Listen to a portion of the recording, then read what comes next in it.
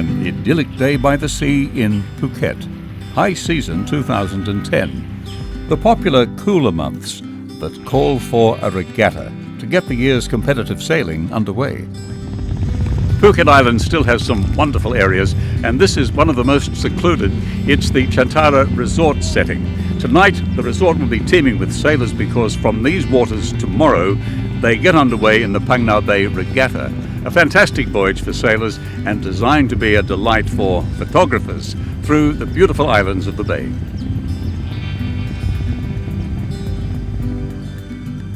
The powdery sand along this sunny bay might just remind some of the deep snow in other parts of the Northern Hemisphere in February 2010. And the beach is the setting at night for the regatta's send-off party.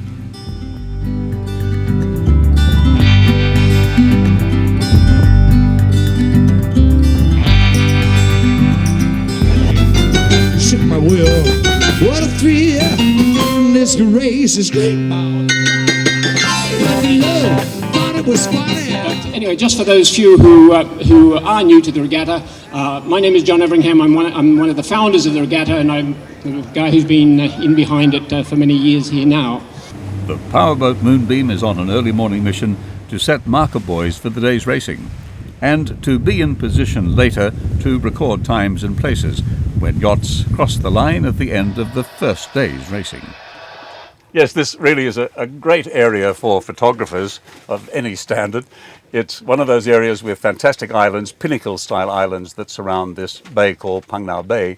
This is the committee boat. It's a very beautiful craft called Moonbeam. And Michelle here, he's the owner and skipper of it. And we're lucky enough to be on board with two members of the committee. I'm sure they'll spare me a second. Don, what is your position on the committee? I'm part of what we call the on-water management team. The organising committee set up the regatta and make all the arrangements and attract all the boats and do all that. Then we have a on-water management team that actually conducts the regatta for the organising committee, and Karen and I are part of that. Yep. You've already put down a marker buoy out here. We came out well ahead of the fleet, of course. That was your first purpose, I guess. Yes, it was. Once we got established and had you lovely people loaded up, we came up and had to lay the yellow turning mark. You see, it's a yellow triangle. The boats had started this morning, will come up travelling north, up the Phang Bay. They then take that yellow triangle on their starboard side. So they do a rounding on their starboard side. And then our next job will be to head east and set up a finishing line over here near Koh Dua and Koh Klai. Mm-hmm. So we've got two purposes today. Okay, sail number 1943, Oz 1943, will be the first boat around this mark number 1. So the first one has arrived already. They're pretty fast, aren't they? And that's not a very big yacht. No, it's not. It's a lightweight racer, and it would be expected to be up here ahead of the bigger boats because they usually have some weight to carry. This is a very important point, isn't it? Because this is a competition. You've got to be absolutely accurate. Well, the racing people, they like to race against each other, but all the time they're racing against their handicap and the clock. And a second can make the difference between winning a prize or not. So we have to be very accurate on our recordings down to the second because their handicaps then become important to them. So the time is very important. 41:10. Okay. Karen, they should be coming thick and fast now, I guess. These boats come not too close together. Some of the classes of boats come very close together, so that's when every second counts. Yes. Well, how do the two of you get on splitting them when they're so close? John will shout the sail number to me, and I look it up on the list, and then I write the time down on the sheet. Talk about concentration. You are very much a sort of a sailing family, aren't you? Your husband's on one of the yachts we've yet to see. Yes, we have one of the trimarans, Corsair trimarans, which has taken part in the regatta. Well, you better tell me the name. Miss Saigon, which we're cheering on. Oh, excellent, yes. So keep an eye out for Miss Saigon during Yes. this regatta. Yeah. And I see our first boat is coming about ready to come past the mark. So I need to call, you've got the time going, Karen? So the first boat around the mark today will be Oz 1943, Katsu. which is Katsu. That's a pretty well-known boat too, isn't it? In many of these regattas. Participates in many regattas, and it competes very, very favourably. It's a pleasant first day on the water for skippers and crew. With only light winds, there was still a bit of time to enjoy the island setting and get the measure of the competition.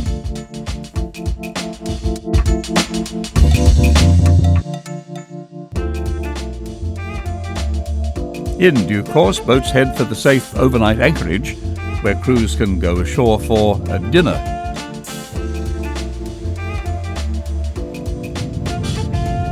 A daily delivery of supplies keeps spirits high on Moonbeam.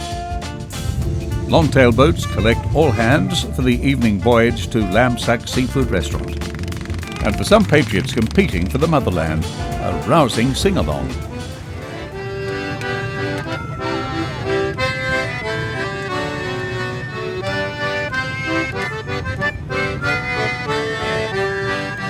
Rule Britannia, Britannia rules the world. Britons never, never, never shall be slain.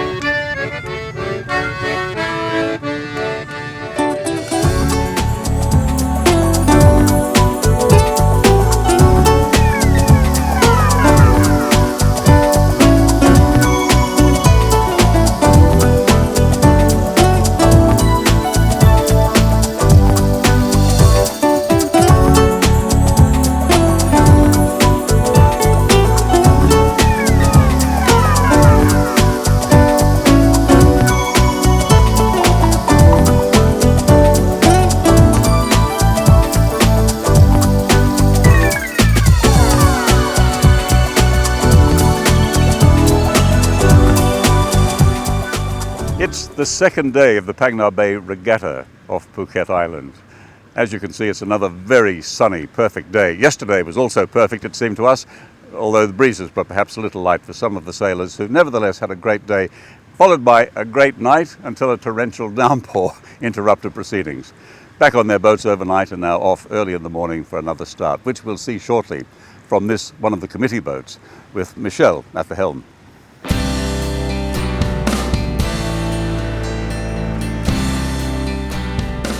Yachts in a competitive regatta such as this go all out to keep in the best shape for racing. The lighter the better is usually the maxim. So it's likely comforts are few on board these yachts, but benefits are apparent when the wind blows.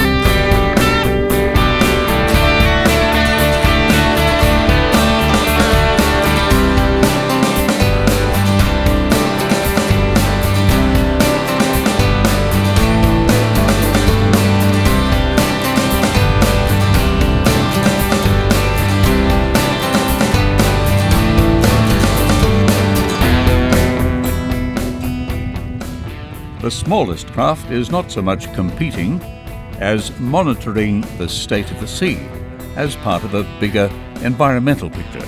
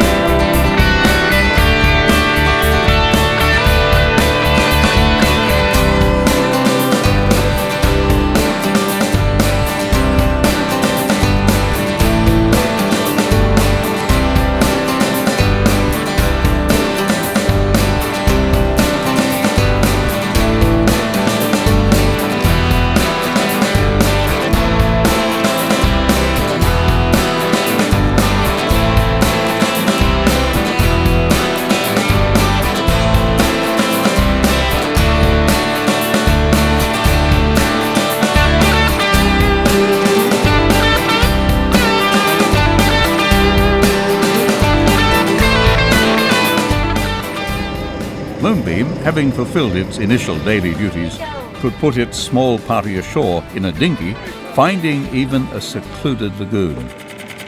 Wonderful place. So nice to be back here.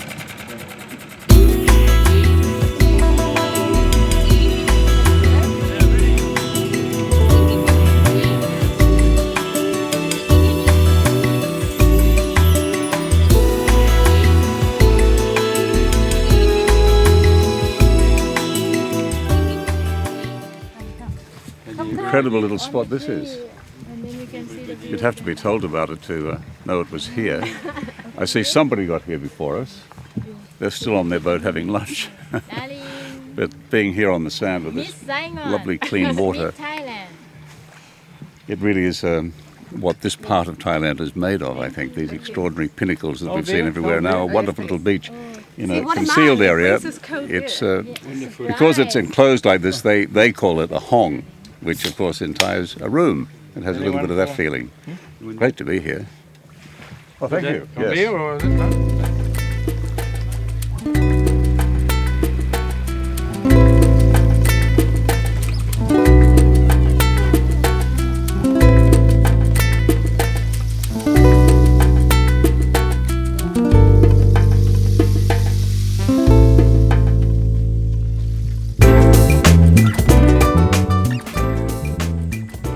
Nearby, a brief trek reveals the biggest tree in the Bay of Islands. It must be hundreds of years old.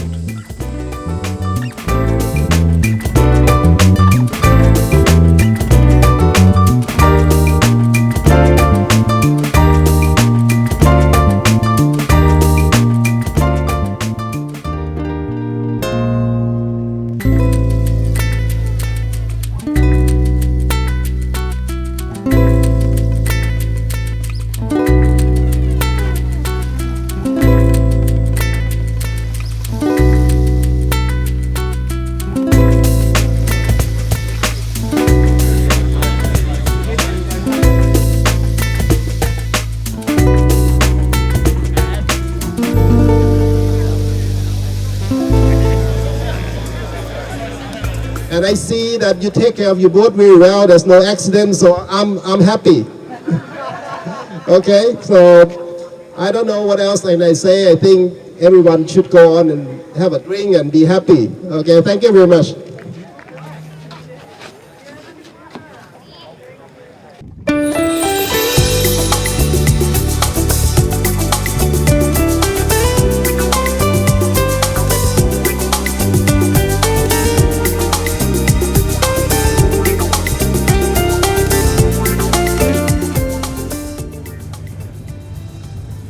Fourth start will be combined, multi-hull racing and multi-hull cruising. But multi-hull racing will be on course number 3 and multi-hull cruising will be on course number 4. We will be displaying the courses on the course boards. This top deck of the Diva Andaman is where the really important stuff happens. This is where the starts are all conducted from. The principal race officer is again the very familiar Simon James, who fulfills this role at many regattas, and he's here on the top deck along with various assistants and flags and signals, and the jostling yachts will all be lined up for a start in a matter of minutes.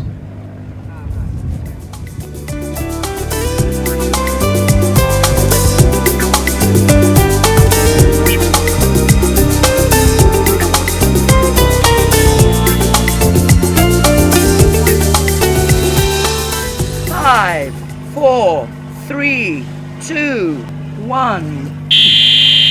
Your next flag will be the blue and red and the green together.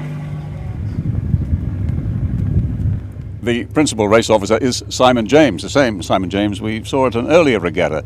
Koh Samui was the last time, for me anyway. Yeah, I think last time was Koh Samui. We also do Phuket Kings Cup, Langkawi Regatta, virtually everything in the area now, so we see each other a lot. Can that be a kind of profession for you then? Yes, this is what I do now. I spent 15 years here with Sunsail, and as of last Christmas I set up my own company providing services for the regattas.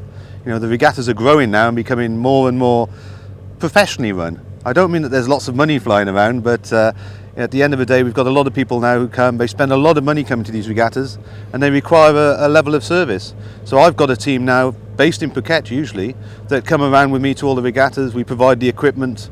We've got the experience to get out on the water. So we're a little band of merry men that travel around running regattas. Well, I saw Lady Pie there helping as well. Oh, sorry, merry ladies as well, yes. It seems that there's no problem getting participants to come to these many regattas in this Asian area. Yeah, I think one of the things I like to think is that we try and address different market groups. I mean, for instance, this regatta is much more the living on the boat. It's a different group of people to the people who just come and specifically want to go in the racing class of something like the King's Cup. Mm-hmm. You probably find that 60% of the people here didn't come to the King's Cup. And maybe this is the only one regatta they do a year. Oh, yeah. And by addressing the different areas, you know, we can keep growing the events. There's probably close to 700 boats in Phuket at the moment that are sitting in marinas and people around. Even in Nai Han Bay, just on the south of the island, there's 50 boats at anchor, which is the same as the number of boats we've got here. So, yes, you know, there's a lot of people we can address and get them taking part. And if it's a little bit of fun, all the more.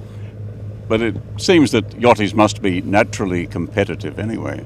Oh yes, they're definitely competitive, and having the opportunity to go around and see the area as well is one of the high points. You know, they wouldn't necessarily go to some of these islands. Even the captain on the boat here, he always said, "Oh, this is great. We've never been here before." So we do take them to some interesting places. Yeah. So this one, though, when it was established some years back, they always had in mind a really picturesque course, didn't they? A way of using these beautiful islands that are rugged and dotted throughout the waters here. It's a photographic journey as well. Oh, it's definitely a photographic journey. Interesting thing is, prior to it becoming Phang Bay Regatta, it started off as a small long weekend cruise from Ao Long Yacht Club. And a group of yachts always used to come up once a year. And then it developed into sort of 3 days, and now 4 days and 5 days. And, well, we travel the area quite well now. A band of gypsies travelling around, drinking beer as we go. I noticed that. And who plots these devilish courses? Oh, I do. I take responsibility for these. And so today's one, is that what we're looking at here over your shoulder? This is today's course. And you may look at it and say, well, why don't we just go in a straight line? Mm-hmm. One of the things about the sailing yachts is that a lot of the yachts are different designs, and they've all got sort of different capabilities. Some can sail very, very close to the wind. Some have to have the wind behind them. So what we do is we do a selection of legs so that it evens itself out. So it doesn't favour one type of boat or the other. So we try to move things around. And that already makes sense, and I'm glad I asked you. And we also avoid the shallow patches and the coral reefs whenever we can. I understand that if the wind really drops to nil, you do allow the yachts, for safety reasons, if nothing else, to anchor for a while if they have to. Yes. I mean, some people don't really realise we have quite a strong tide here. So on a big tide, we've got up to 3 metres of water going up and down. So there's a lot of water moving around. So sometimes the tide can be stronger than the wind. So in which case they stop, anchor, and then when a bit of wind comes, off we go again. And traditionally, we have wind in the morning. It dies around 12 o'clock and then comes in with the sea breeze in the afternoon from the opposite direction. So it always makes it interesting.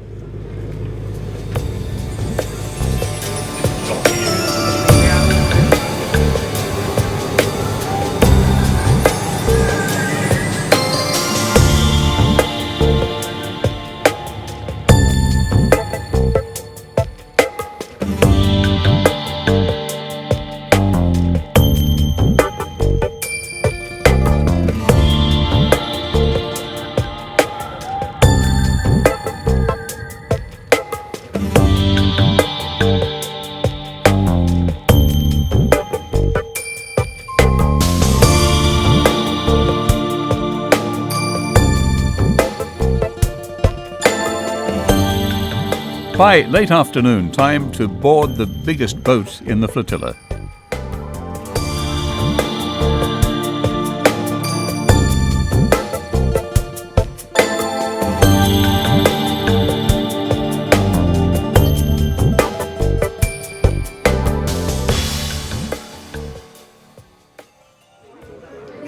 Isn't this exactly where you'd want to be at about 5 o'clock on a Saturday afternoon?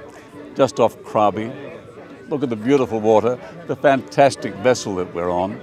The owner is here somewhere too. She's kindly invited just a handful of her closest friends over for a few aperitifs late in the afternoon, before a party which automatically follows every day's racing during this regatta. That's to come at the Sheraton on shore a little later.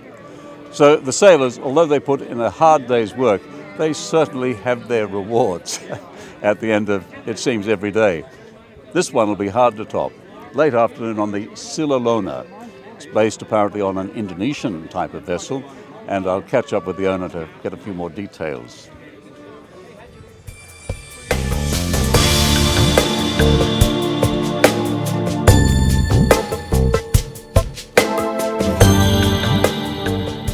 Patty, this is such a ship, it must have a romantic story behind it.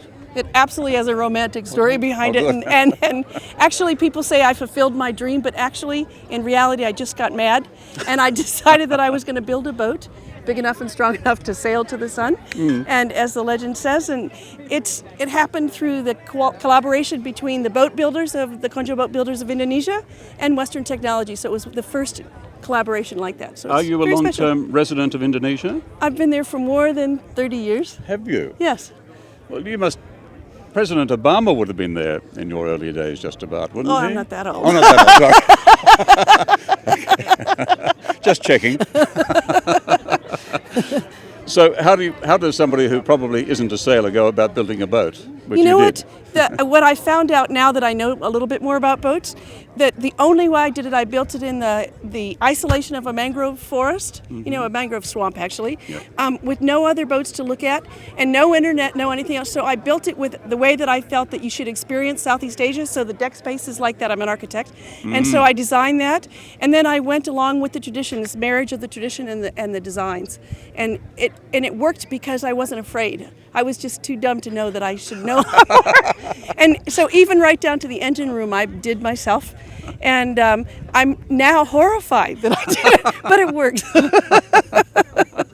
Did you know you wanted to have quite a few friends on board like this? I like people. I like friends on board. You certainly made it big and roomy, didn't you? Yeah, you know what? Part of that was that these boats are cargo vessels. So these were the vessels of the Spice Island trades. So they have quite a bad reputation in terms of passenger comfort. Although for more than 25 years I've sailed on them, just buying paint and getting on the deck and cooking on the deck and going all over the archipelago. And I know that they have the potential to be magical.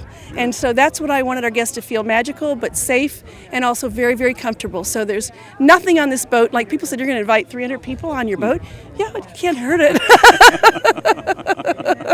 Will there be another one like this, do you think? I think so. Really? I'm in the process of building a younger sister for Silalona, which should be launched in July. There's one tool on this boat, the most powerful piece of equipment on this boat. It's a chunkle, a hand adze. And this boat was built by 11 boat builders. 2 of them were cooks and cleanup guys. So 9 guys in 11 months built this hull out of ironwood, 450 gross tons.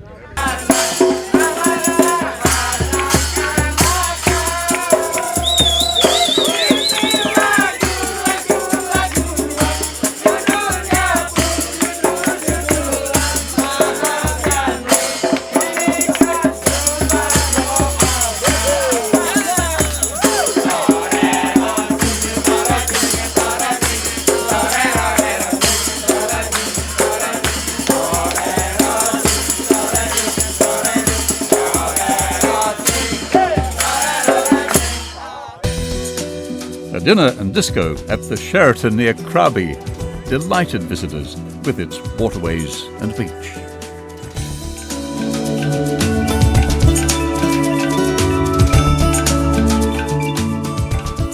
The final day brought stronger winds and colourful competition.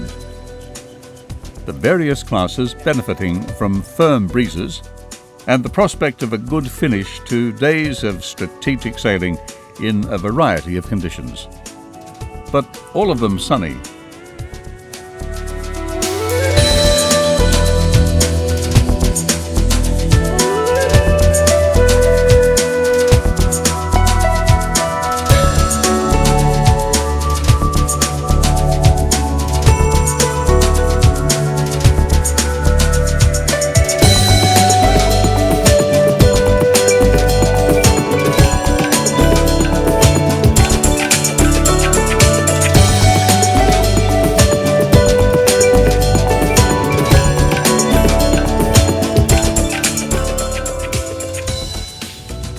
Voodoo first across the line on the last day of the Phang Bay Regatta.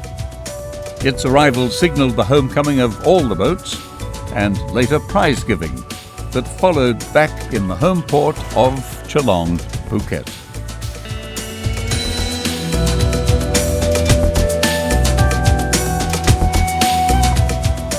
John, the Phang Bay Regatta, a very generous, spirited get-together, isn't it? And very well supported. I mean, it's different. It's very different. I mean, it's not hardcore sailing. It's about having fun, going to one of the most beautiful places in the world.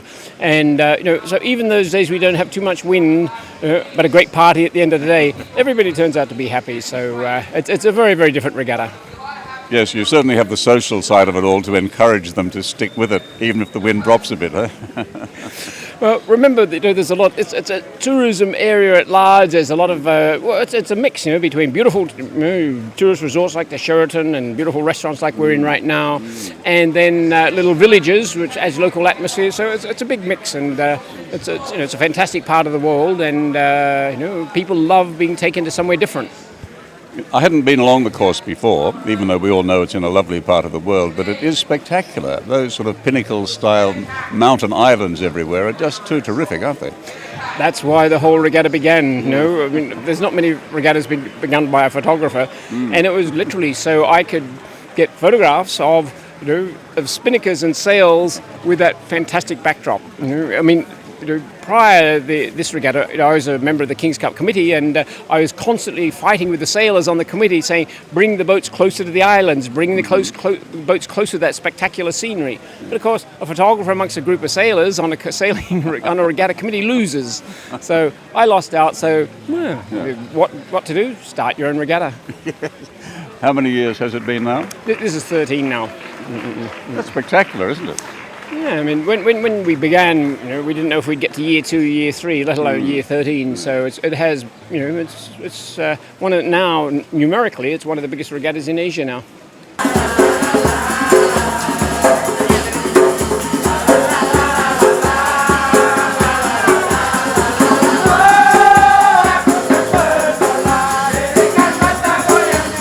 Parkhouse has been writing about yacht racing in Thailand waters for many years. I think this one might be one of your favourites. Am I right? Definitely my favourite regatta of all the regattas in Southeast Asia. It's different from the others in the fact that they move from location to location. People sleep on their boats as opposed to come back to sleep on shore in a hotel. And this is the fun regatta, otherwise known as the floating party, the party that floats from venue to venue. And it's a little bit serious, but not as serious as the others. Everybody's here to basically have a good time. Yeah. Well, there's a recommendation for that Phang Bay Regatta. The best. It is, by far the best and the most enjoyable, the fun regatta.